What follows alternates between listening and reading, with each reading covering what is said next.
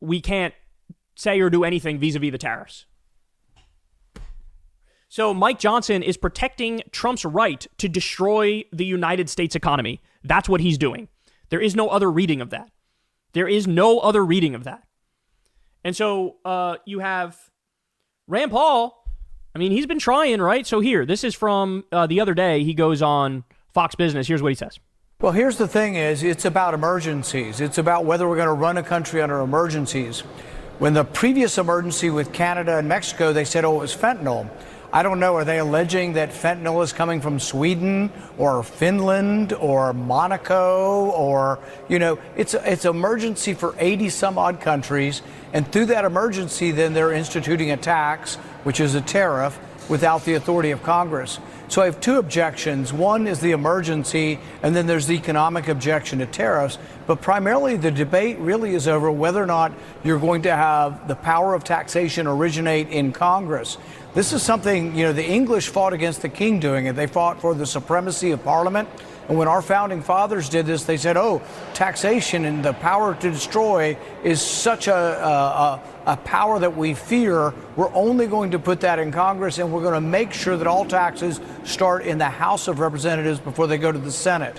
So what he's saying is Trump is just declaring, I have the emergency authority to do these tariffs. Okay, but the legal justification has never been used for tariffs on this scale, ever.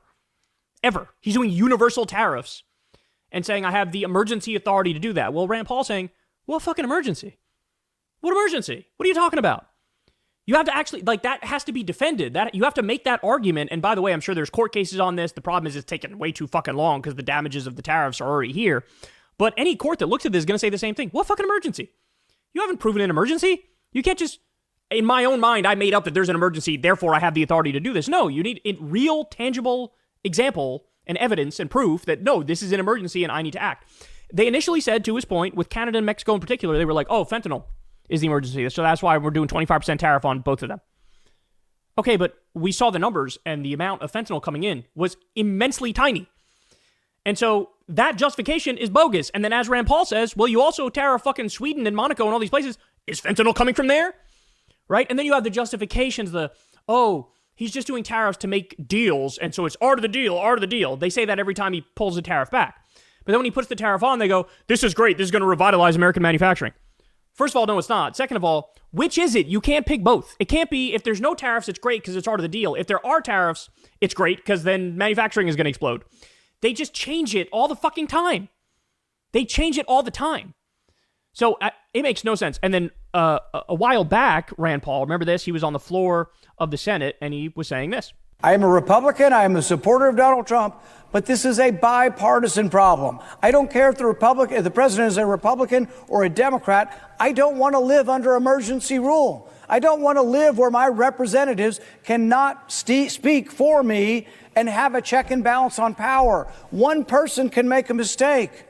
And guess what? Tariffs are a terrible mistake. They don't work. They will lead to higher prices. They are a tax, and they have historically been bad for our economy.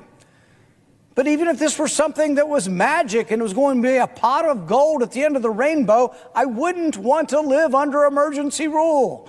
I would want to live in a constitutional republic where there are checks and balances against the excesses of both sides, right or left. So what Trump is doing is he found what he thinks is a cheat code for dealing with a constitutional republic and a representative democracy. And that cheat code is, if I declare emergencies, then I have more power and more authority and I can do what I want. I don't need to deal with Congress. I don't need to deal with the courts. I don't need to deal with checks and balances. So he's just declaring emergencies everywhere. That's what he did with the tariffs. That's also what he did with the Alien Enemies Act, which is the legal rationale for rounding people up, kidnapping them and human trafficking them and sending a bunch of them to a slave labor concentration camp in El Salvador. That's the rationale that he's using. He's saying Alien Enemies Act, which has only previously been used when we are actually at war. And Trump is saying Alien Enemies Act because, I don't know, Venezuelan gangs or something. Well, first of all, it's already on shaky legal ground because you can't say we're at war, but it's not with the country of Venezuela. It's with gangs from within the country. Well, that's already shaky legal ground because there's a formal process to declare a war and it has to be against a country, right? So, and beyond that, the further problem is, even though he says it's going after Venezuelan gangsters, we know the specifics of cases where he's sending people to the concentration camp, and they're not gangsters. One's a 19-year-old makeup artist, right? We have Kilmar Abrego Garcia, who doesn't even have a fucking criminal record. We have a guy with an autism awareness tattoo for his 15-year-old brother who has autism who he takes care of, and they used the existence of that tattoo as evidence he's in a gang. So it fails in multiple ways. Number one, we're not actually at war with the government of Mexico, with the state of Mexico, excuse me, not Mexico, Venezuela. Yeah, Venezuela. We're not at war with the country of Venezuela, which you would probably need to invoke this emergency authorization. Number two, even if you say it's okay that you declared war on a gang, even then you fail, because on the substance of it, on the factual basis of it, these are not gangsters.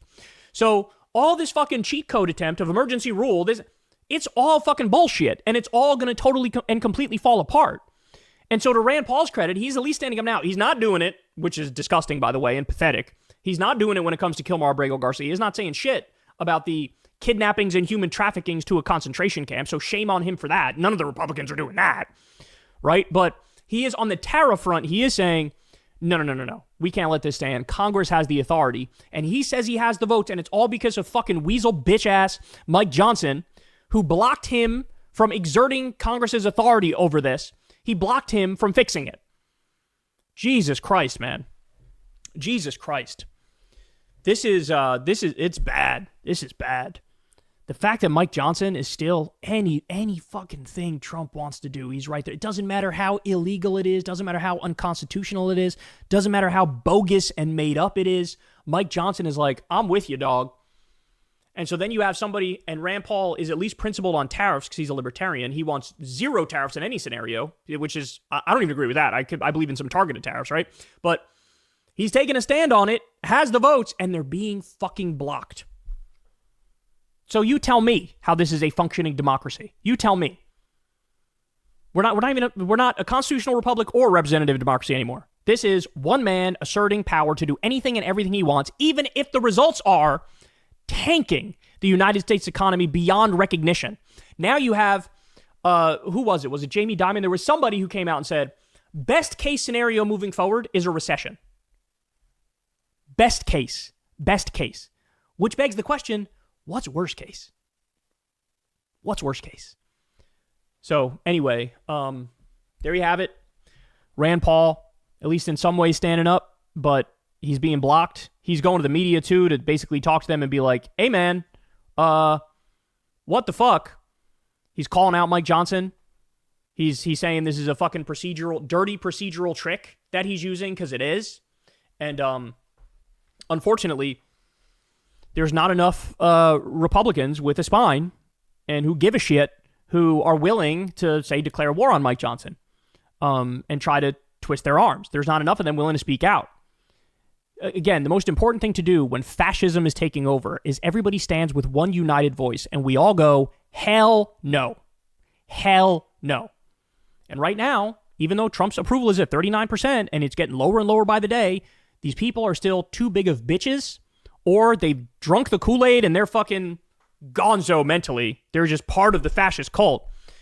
Those are the only options. That's what we're dealing with now, and we're going to be dealing with the consequences of that for a really long time. All right, guys, that's the show, y'all. You know the drill. Everybody, please do me a favor and subscribe to the channel. Helps out massively, costs you nothing. Click that like button. Click that bell icon so you get a notification every time a video drops. Thank you to everybody who supports the show on Patreon. We couldn't do it without you. This is real independent media. I've never talked to an advertiser in my life. I've never done an ad read. I'm very proud of that fact. You can also sign up for Crystal Kyle and Friends below. We had a whole bunch of awesome episodes recently. We're going to be talking to David Dole this week about the Canadian elections. I can't wait to talk about that. There's so much to say about that, with the Liberals basically dominating and destroying the Conservatives because they're somewhat connected to Trump. So sign up for Substack below. And then the other thing is, as I keep pointing out, everybody go subscribe to Corin's World YouTube channel, because we're dropping Kyle and Corin's over there. We haven't missed a week yet since we've been doing it on his channel. We're trying to get him to 100,000 subscribers, so do that too. All right, guys. I love y'all. I'll see you back here tomorrow. Peace. Hey, y'all. Do me a favor and like and subscribe. It helps out big time in the algorithm. Click the bell as well for notifications when videos drop, and watch that video on screen right now. You know you want to.